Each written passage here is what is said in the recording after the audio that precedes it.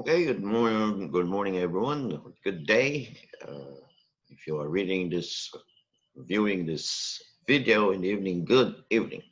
Once again, this is your coach, moderator, and instructor, Atty. Lyndon Maceren, and this is the course, the Law on Partnerships and Corporations. Now, this time, we are going to discuss Title 2 of the Corporation. So this is Part 6. Now, we have already done Title 1 of the Corporation Code. So this time around, we will continue with Title 2. So as I've discussed last time, we ended discussing the different kinds of shares. So we'll continue the different, there are still shares that need to be discussed. So our first slide shows the special stocks. So last time we have discussed preferred shares. So this kind of preferred share is a cumulative participating share of stock. So meaning the holder is entitled to preference in the payment of dividends. So ahead of the common stockholders, and to be paid the dividends due to prior years, and to participate further with common stockholders in dividend declarations. So the preferred cumulative participating share of stocks is given preference when dividends are paid. So over the common share stockholders. And if there are dividends due to prior years, so meaning before the years, let's say for example 2018, 2017, 2016, then he is also paid for those years. And to participate further if there is another dividend declaration with common stockholders. And this type of share is an expensive share. Okay, so there are also stocks which are given during the promotion of the corporation, meaning the corporation is still in the process of organization. And these are escrow stock, or overissued stock, then watered stock. Escrow stock is our stock deposited with a third person to be delivered to stockholder or assigner after complying with certain conditions. So usually the escrow stock is deposited with a lawyer or deposited to a bank, and after fulfilling certain conditions, the stockholder can withdraw or collect the escrow stock. So these are usually made to organizers that before they comply with that they are promised by the corporation or by the incorporators, they be given shares of stocks, but they have to do this and that. They have to organize the corporation, they have to help the corporation, they have to pass or submit the requirements to agencies. So after complying with these assignments, these persons can collect their stocks. So these are called escrow stock. Number 2 is overissued stocks. These are stock issued in excess of the authorized capital stock. So if the corporation, for example, has an authorized capital stock of 1 million pesos, but they have exceeded issuing, so meaning they have issued more than 1 million, so these are called overissued stock. So what is the effect of this? The effect is null and void. So this kind of stock is null and void. The third one is watered stock. So there's no water in this stock. That is called watered stock. these are stock issued gratuitously, meaning it's given without any charge. Money, property, less than par value services or less. No? So what are stock are uh, issued, meaning by to the holder freely or without any payment, or if there is payment or money in exchange of money, the value of the money or property is less, or the services made by the person is less than the value of the stock.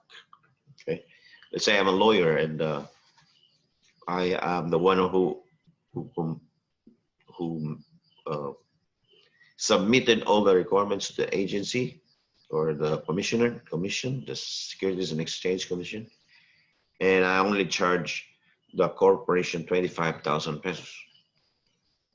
So instead of giving me money, they have issued a stock for me in the amount of 100,000 pesos. So my services is only worth 25,000, but they have issued, the corporation issued to me a share of stock worth 100,000 pesos. So it's more than the value of my services. So this kind of stocks are watered stock. Okay.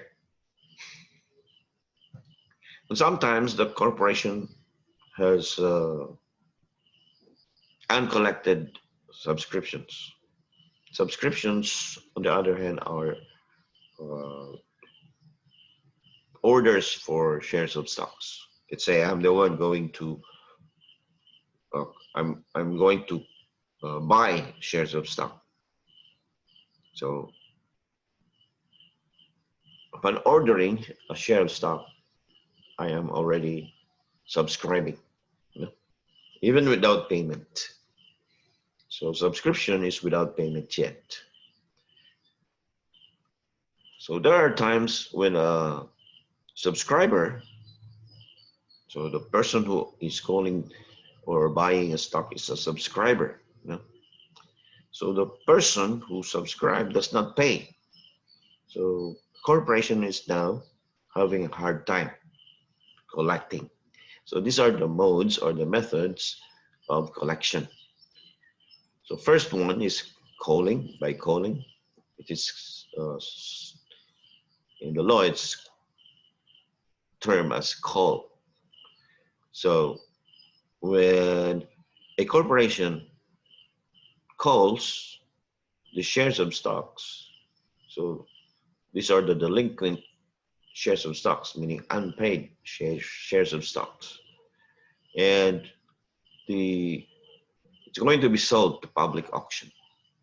So there will be a call, and those interested in buying the shares should attend. No?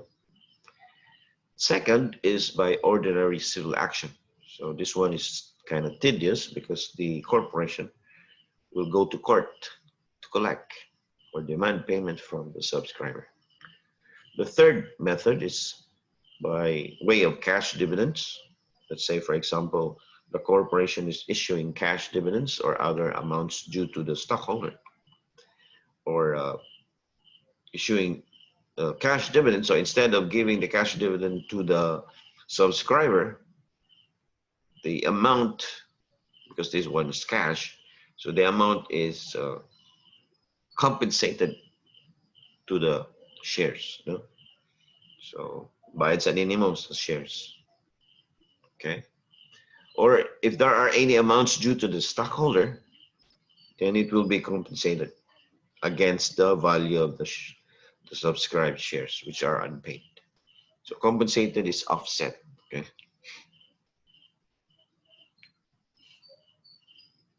So as discussed, there are shares which cannot vote. No. Example would be preferred shares of stocks or the redeemable shares. So these are instances when these shares of stocks can vote. So non-voting shares are again preferred shares and redeemable shares. So first, amendments of articles of incorporation. So if there are amendments. Second, adoption or amendment of bylaws, so they can vote. Third, increase or decrease of funded indebtedness, mangutang. Fourth, increase, decrease of capital stock. Fifth, the sale or disposition of all or substantially all corporate properties. So, baligya, tanan ang properties. Six, there is a merger or consolidation of corporation. Seventh, investment of funds in another corporation or another business purpose, because the purpose of the business is stated in the articles of incorporation, and if the business is different, so it has to be voted. No? Number 8, during corporate dissolution. So these are the instances again when shares of non-voting shares can vote. Holders of the non-voting shares can vote.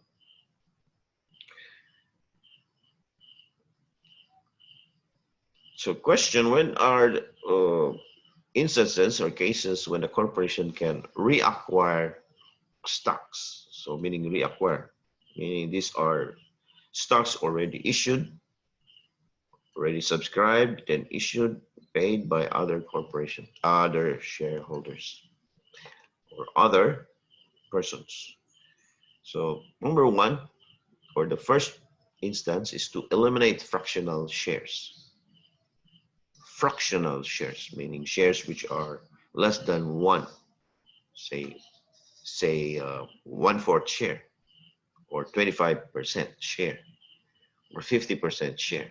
No? So to eliminate this, the corporation will reacquire them. Okay. Number 2, or second, is corporate indebtedness arising from unpaid subscriptions. Then purchase delinquent shares, or to purchase delinquent shares. These are, we discussed this a while ago, when shares of stocks are unpaid, when the shares of stocks have been subscribed and then unpaid, so they become delinquent. So they've been delinquent for quite a time, then the corporation or the issuing corporation can repurchase them. Number 4 is to exercise of appraisal right. So appraisal right is a right of a shareholder to be paid of the value of his shares of stocks. So this is a right exercised by a dissenting stockholder. Dissenting stockholder meaning he is against the vote or the majority vote of the stockholders. Meaning there's a voting, let's say increase in capital stock, or there is a votation to engage in another business, okay, or to extend the corporate life. If there is a limited life, let's say the life of the corporation was agreed to be only 10 years or 50 years, no? And majority of the shareholders agreed that it be extended to another 50 years. So with the exception of one stockholder, or maybe 2, they are against the extension, so they become dissenting stockholder. So when a dissenting stockholder wants to boot out from the corporation, he will opt to exercise his appraisal right. And appraisal right, again, is the right to be paid the value of his shares of the corporation. Okay, let's go to incorporation or organizing private corporations, because this corporation code concerns only to private corporations. So firstly, we have to have a set of uh, persons. The old law requires that there should be at least 5 and not more than 15 persons. That's the old law. But now they have modified or amended it that even one person can form a private corporation, and it's called OPC, or one person corporation. So that's why it is the number of incorporators here could be single. It's very clear here, singly. So it could be one, or jointly, could be 2, with others, but not more than 15. So still there is a limit of the number. So only up to 15. So this time it's number. Why? Because the persons who can organize could be natural persons. Natural persons are human beings. Or juridical persons like partnership or corporations. So a partnership can now be organizing a corporation, or another corporation can organize another corporation. So this is already allowed by law. So with the exception of licensed professionals who will agree to form a corporation in order to practice their profession. So this is still under GPP, or General Professional Partnership. So they cannot form a corporation. So doctors cannot form their corporation. Lawyers cannot form a corporation in order to practice their profession as lawyers. Okay. Okay, corporate term. Before the old law, the maximum period or term or time is 50 years under the old law. But now the new law, the corporate term of a corporation can be perpetual. So meaning it's without a term or no expiration. So those without expiration, like 1,000 years. So to those with a specific term can apply for extension with a SEC not earlier than 3 years prior to the original or subsequent expiry. So if you form a corporation now, so let's say you formed only good for 20 years, and before before expiring, the shareholders has agreed to extend the corporate life or the corporate term. So when should this be done? So according to the law, it should be done not earlier than 3 years prior to the expiry. So if you expire, like say 2025, so the extension for the corporate term with the SEC should be made not earlier than 2022. Okay. An extension, if granted, shall take effect only on the day following the original or subsequent expiry dates. So let's go to the minimum capital stock. Before there's a minimum capital stock, which is still which is 5,000 pesos. But now there is no minimum requirement for authorized stock to incorporate. There's no more requirement, so you can submit even if you have not yet made any capital investments or money investment. So the purpose of that is to make corporation easier, because there were so many complaints about the tedious requirement of forming a corporation. Okay. So now let's proceed to the contents, or what should be the contents of articles of incorporation. So the articles of incorporation is the agreement among the shareholders, and this is to be submitted with the Securities and Exchange Commission. Okay, the contents should include first the name of the corporation, its purpose. So if there are more than one purpose, it would indicate the primary and secondary purpose or purposes. If non-stock corporation, the purpose should not change or contradict the nature of the nature of its goal. No? Usually non-stock are for brotherhood, for camaraderie. Let's say Taugama is a non-stock corporation. So purpose should be for camaraderie or brotherhood. Number three, place of principal office, which must be within the Philippines. Then the term to exist, if it is not perpetual. So if it chooses, or if the organizers choose to have a perpetual existence, meaning no expiry, so there is no term to exist. So just say perpetual existence. Number five, or fifth, the names, the citizenships, and residences of incorporations.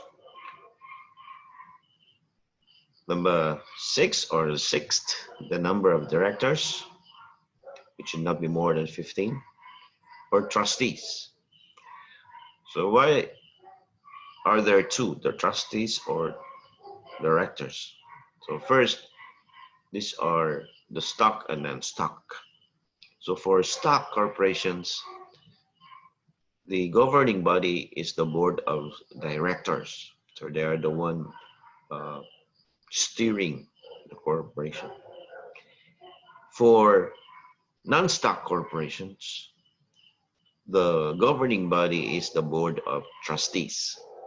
So that's why there's directors or trustees. Okay. So not more than 15. Seventh, the names, nationalities, and residences of persons who shall act as directors for stock or trustees for non-stock until the first regular election. 8, if stock corporation, the amount of authorized capital stock or the number of shares into which it is divided and the par value of each share. So this should be stated. So the amount of capital stock, let's say 1 million, and the number of shares, let's say 1,000. So if the capital stock is authorized capital stock is 1 million and the number of shares is 1,000, then the par value is 1,000. 1,000 pesos per share, because 1,000 times 1,000 is 1 million. Okay. Ninth, the names, nationalities, and subscribers of subscribers. This should be of subscribers. Amount subscribed and paid by each on the subscription, and a statement that some of all or all of the shares are without par value if applicable. So who are these persons? The subscribers. They are the one who ordered shares of stocks of the corporation. 10th, so if non-stock, the amount of capital. So how much is the amount capital? The names, the nationalities, and the residences of the contributors, and the amount contributed by each person. Number 11, the name of the treasurer elected by the subscribers. Number 12, if the corporation engages in a nationalized industry, a statement that no transfer of stock will be allowed if it will reduce the stock ownership of Filipinos to a percentage below the required legal minimum. So again, nationalized industries are those mentioned in the Constitution. So these are uh, firms or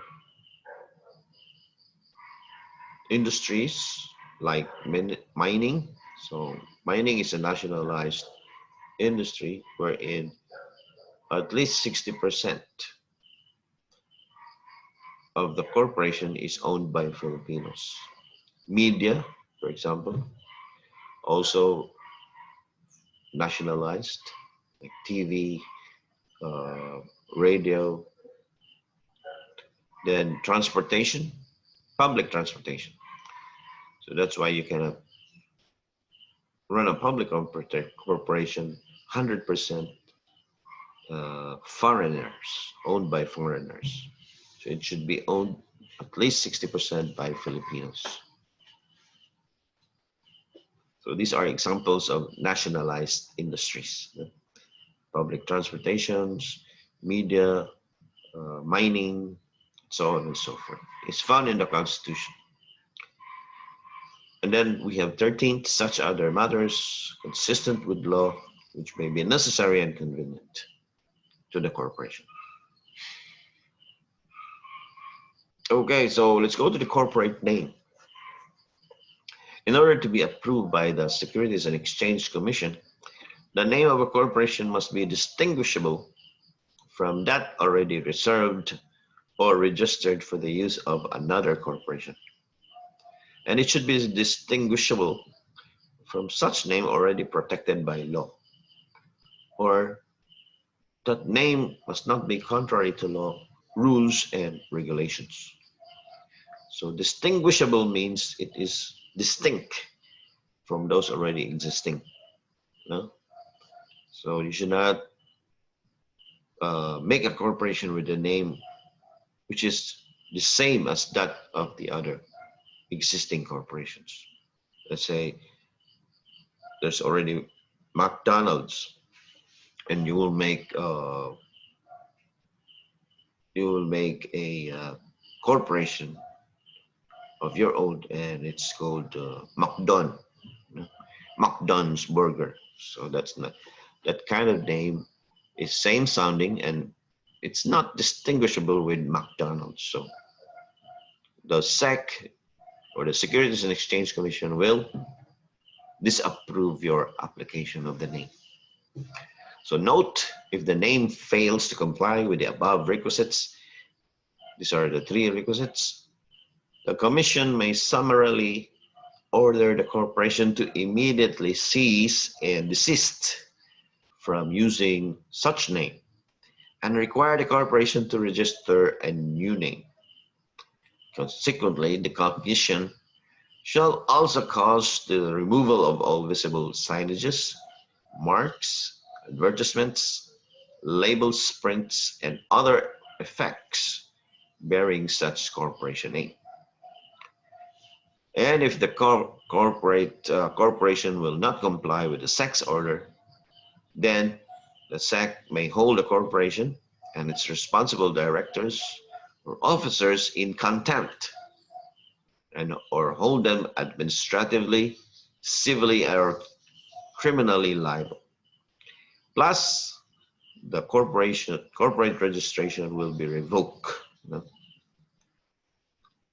So you have to comply with the SEC order, SEC's order.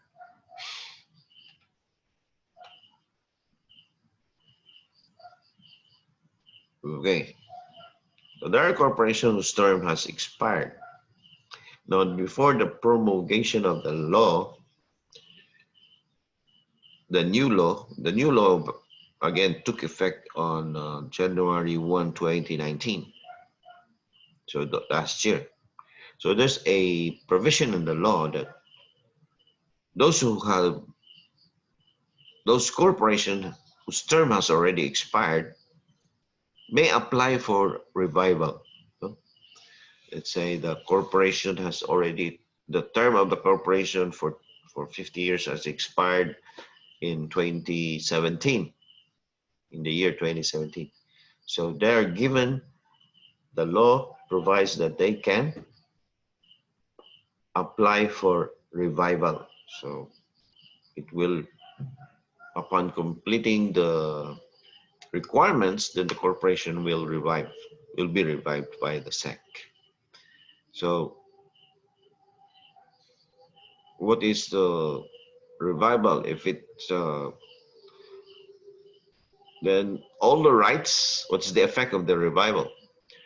Then all the rights and privileges under its certificate of incorporation and subject to all of its duties, debts, and liabilities existing prior to its revival, meaning if there are debts, liabilities, they have to be paid first, no? Before the commission will approve. Then they'll be given a revival certificate, no? Or a certificate of revival of corporate existence. So this time around, the term will not be indicated in the certificate because automatically the commission will grant a perpetual existence. Okay, so no more expiry. So a corporation, once again, a corporation whose term expired, let's say 2018, before the promulgation of the new law, then this new law came January 1, 2019. So the corporation can apply for revival. Then once the SEC finds all requirements are complied, then SEC will issue a certificate of revival of corporate existence, but this time around for perpetual existence, no more term. There are, so who can apply for revival?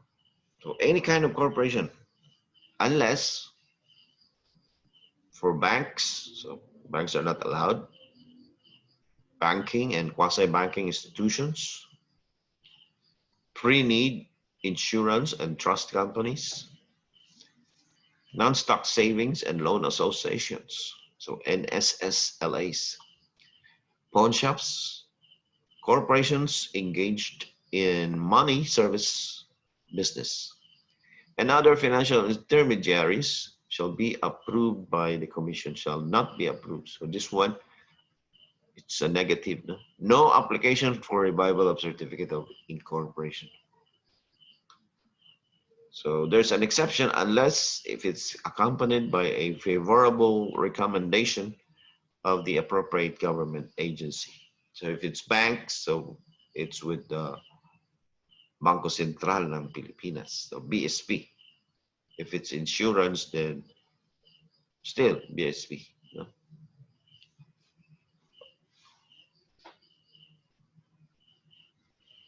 Okay, let's go to amending articles of incorporation.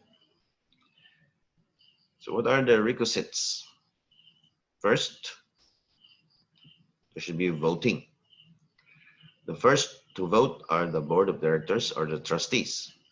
So majority vote for these persons or for the board. Then the second voting would be the stockholders or the members. Stockholders are for non-stock, stockholders are for stock corporations, while members are for those non-stock corporation. So be sure to know this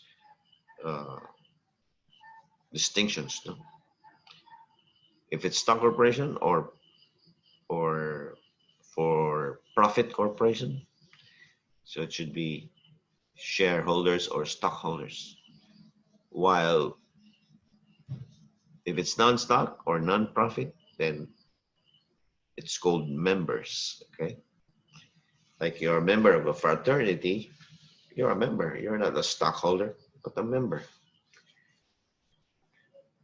I myself am a member of a fraternity of uh, law students. I was the president before, and now, as an alumni of the school, I'm the president of the fraternity still. Okay, the vote requirement for the stockholders or members should be representing at least 2/3. Okay, so it could be vote or written assent. So it could be in writing. So of course the purpose should be legitimate and not contrary to law. So once there is compliance with the voting requirement and its purpose, so the amended articles must be submitted containing all provisions with the amendment indicated by underscoring the change or changes made. So underscoring means underlining. So there is an underline of the change or changes made. Then there is a certification under oath made by the corporate secretary and majority of the director or trustees. Director for stock corporations, trustees for non-stock corporation. And lastly, there's a statement that the amendments have been duly approved by the required vote of stockholders. Again, this statement is issued by the corporate secretary. So note the amendments shall take effect upon the approval by the commission from the date of filing, or if not acted upon by the commission, to take effect within 6 months from the date of filing. And of course, without the fault of the corporation. So if the COSEC did not act on the amendment, so there's no action taken by the Securities and Exchange Commission or no objection for a period of 6 months, then it could be automatically approved by law. Okay, section 19 of the new corporation code defines a de facto corporation. This is, we have already partly discussed de facto corporation.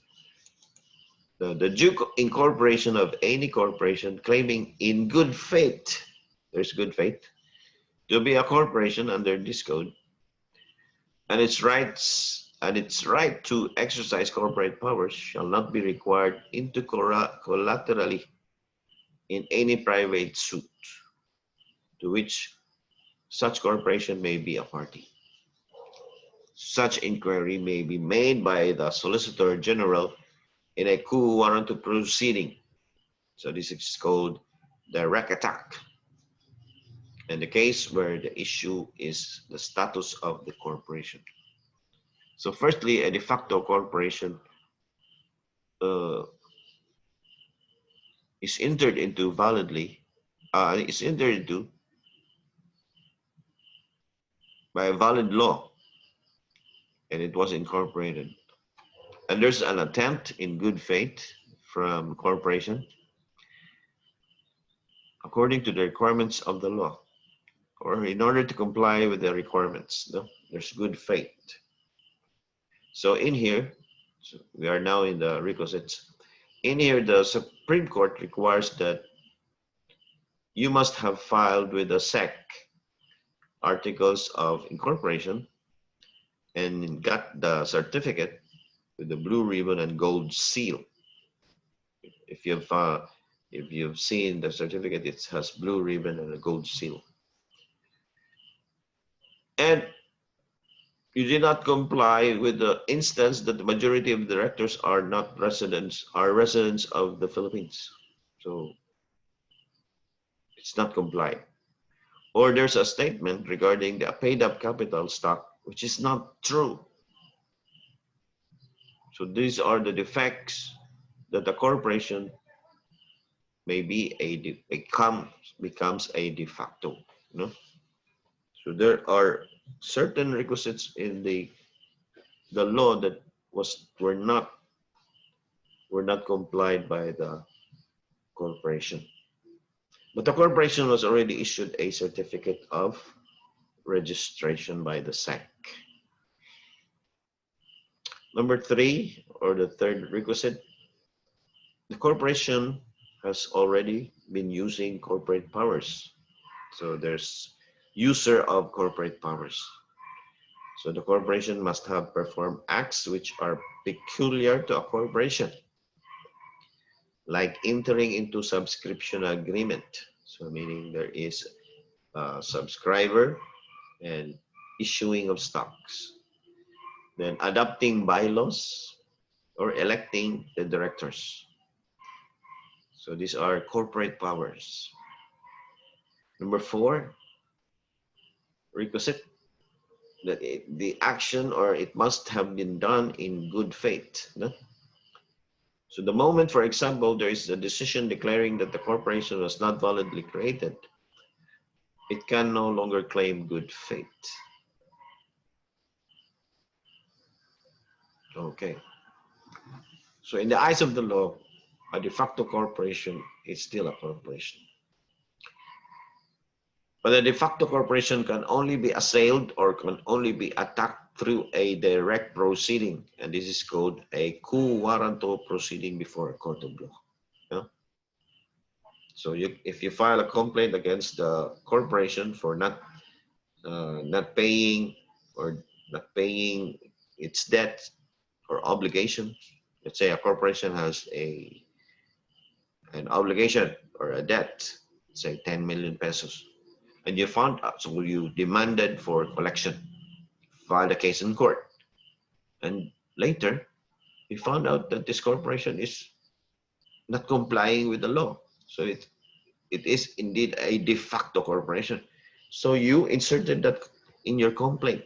So that cannot be, because your original complaint is for collection of money. According to Section 19, de facto corporations can only be assailed or attacked through a direct proceeding called quo warranto proceeding, and it's made by the Solicitor General. So who is a Solicitor General? Solicitor General is the lawyer of the Philippines, no? Lawyer of the Republic of the Philippines. Okay. So how about corporation by estoppel? It's there. It is found in Section 20. So what is this corporation by estoppel? According to Section 20, when all persons who assume to act as a corporation, knowing it to be without the authority to do so. So there is no authority. And these persons know that there is no corporation at all. That they shall be liable as general partners for all debts, liabilities, and damages incurred or arising as a result of their action. So they cannot be liable as incorporators or stockholders, but as general partners. So what are the liabilities of a general partners? Personal, no? Meaning the creditor can go against their personal assets.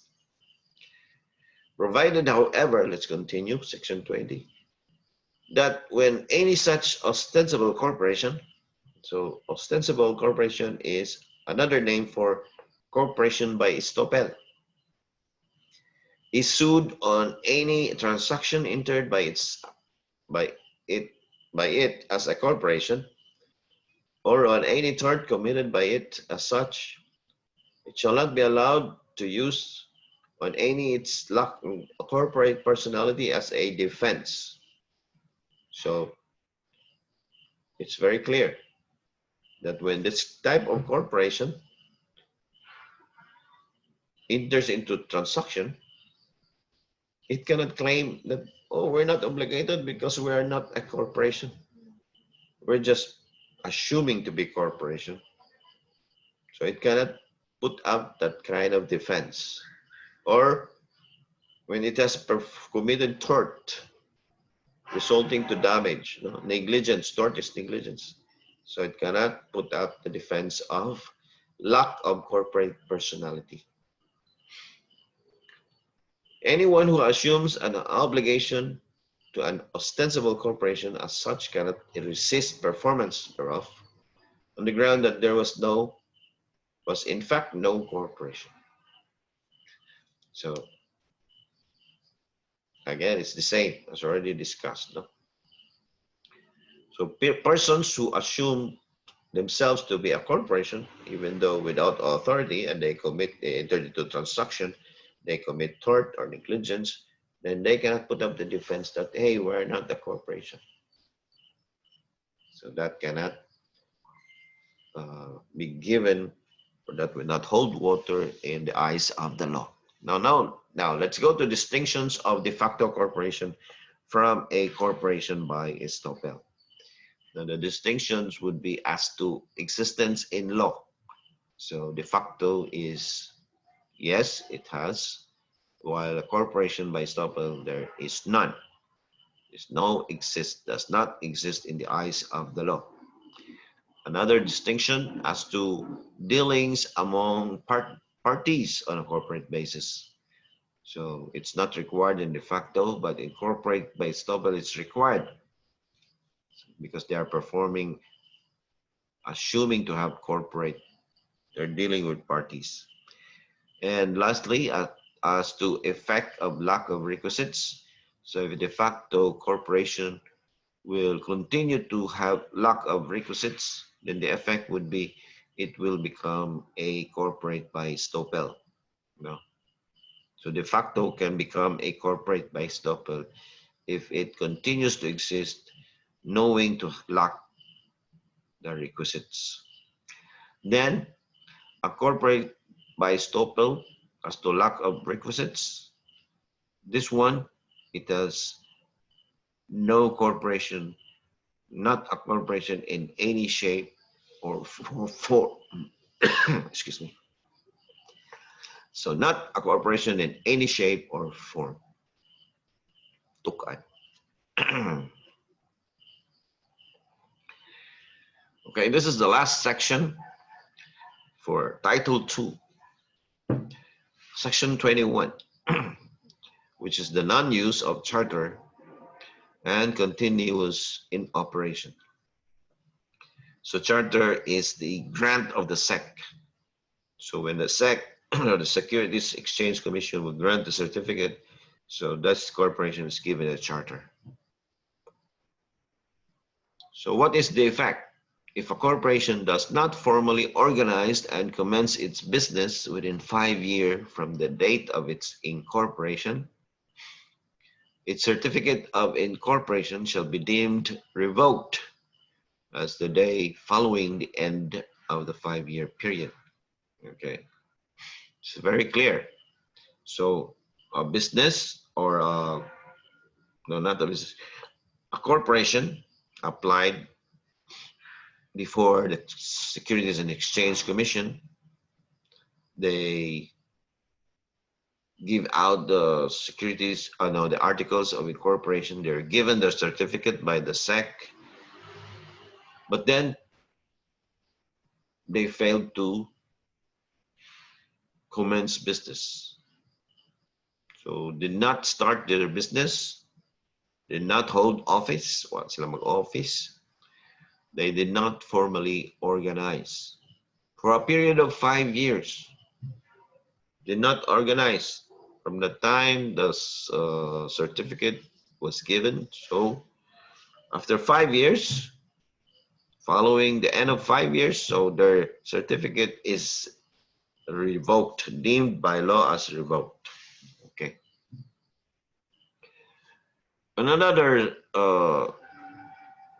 scenario, when a corporation, let's go to this for second paragraph.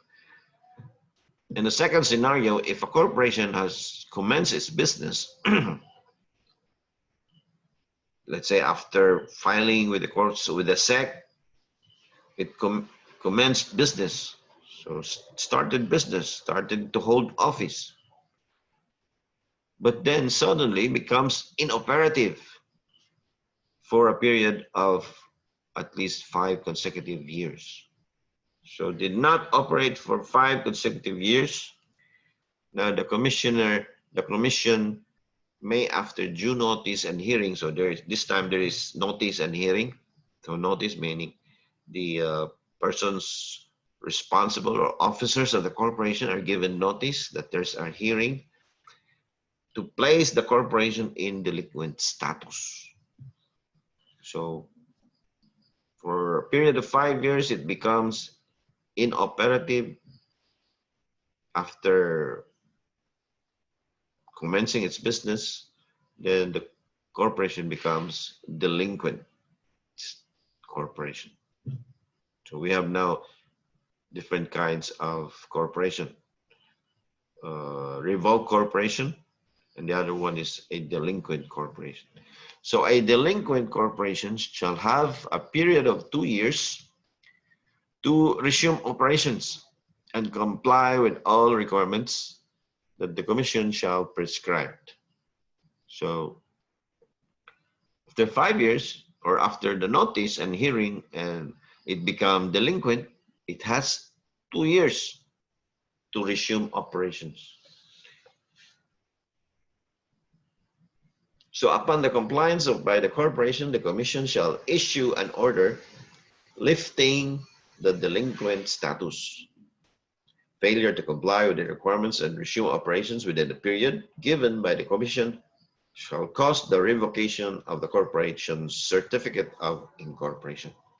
So it's very clear. After failing to comply with the requirements and resume operations within a period given by the commission, it becomes a revoked corporation.